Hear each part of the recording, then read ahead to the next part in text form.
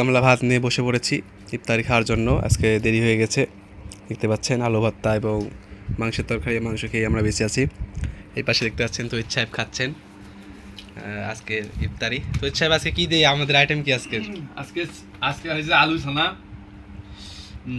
যেখানে মরিচ ও পেঁয়াজ দেওয়া হয়েছে।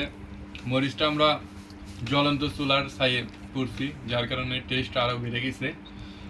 এবং মুরগির মাংস, নতুন আলু, কাটিনাল আলু, একদম দেশীয়। দর্শক দেখতে পাচ্ছেন রাত্রে কি একটা বিশেষ ভর্তা আছে, তাই না?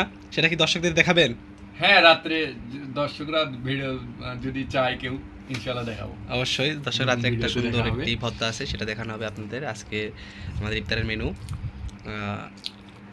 মাংসের তরকারি এবং আলু ভর্তা, সুন্দর দেখতে পাচ্ছেন। ওই পাশে আমিও নিচ্ছি এবং খাচ্ছি, খুব স্বাদ। তো দেখাবো নতুন কোনো ভিডিওতে। ততক্ষণ পর্যন্ত ভালো থাকবেন, সুস্থ থাকবেন। ধন্যবাদ সবাইকে।